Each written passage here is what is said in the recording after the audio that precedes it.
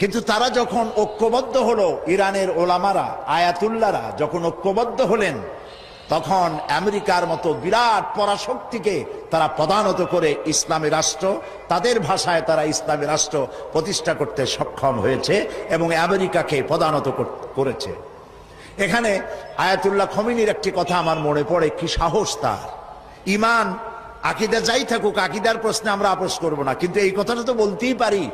যখন আমেরিকা তাকে বলেছিল যে আমার দূতাবাস থেকে যে 56 জনকে গ্রেফতার করা হয়েছে আমেরিকান, এদেরকে ছেড়ে দাও, তা না হলে তোমার খাদ্য রসদ আমেরিকা থেকে যত সাহায্য যায় সব বন্ধ করে দেওয়া হবে। আয়াতুল্লাহ খমেনি জবাব দিয়েছিলেন আমেরিকান প্রেসিডেন্টকে, তুমি কারে খাবারের ভয় দেখাও? যেই জাতির বছরে 1 মাস না খাইয়া থাকা ফরজ, সেই জাতি তোমার খাবারের অপেক্ষা করবে।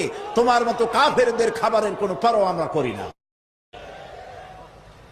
মুসলমানেরা যখন ঐক্যবদ্ধ হয়েছিলেন, আল্লাহ তাদেরকে বিজয় দান করেছিলেন। সেখানে ঐক্যবদ্ধ হওয়ার জন্য আসুন তাওহীদের উপর ঐক্যবদ্ধ হই, খাতমে নবুয়তের আকীদার উপর ঐক্যবদ্ধ হই, শিরক এবং বেদাতের বিরুদ্ধে কথা বলি, একই সুরে বলি, একসাথে বলি, জীবনকে বাজি রেখে বলি। আল্লাহ তাআলা এই তৌফিক আমাদেরকে দান করুন। হাদা মা ইনদি ওয়াল ইলমু ইনদাল্লাহ আলাইহি তাওয়াক্কালতু ইলাইহি উনীব। ওয়াসসালামু আলাইকুম ওয়া রাহমাতুল্লাহি তাআলা।